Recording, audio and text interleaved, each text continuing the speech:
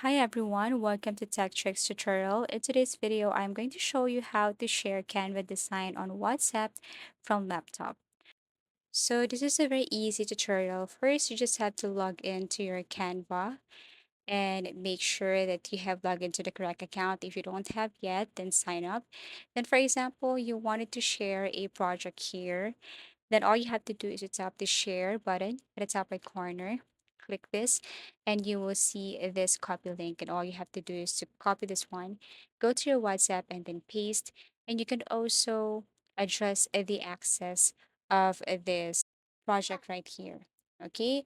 Also, if you go to the home page, let's just say you have created a project recently and you wanted to share this to your WhatsApp. So all you have to do is to click this three dots here and then click this copy link. You can also tap the share, okay, and then share it to anyone with their email address or WhatsApp, and then copy, okay, and then share and paste it to your WhatsApp accounts.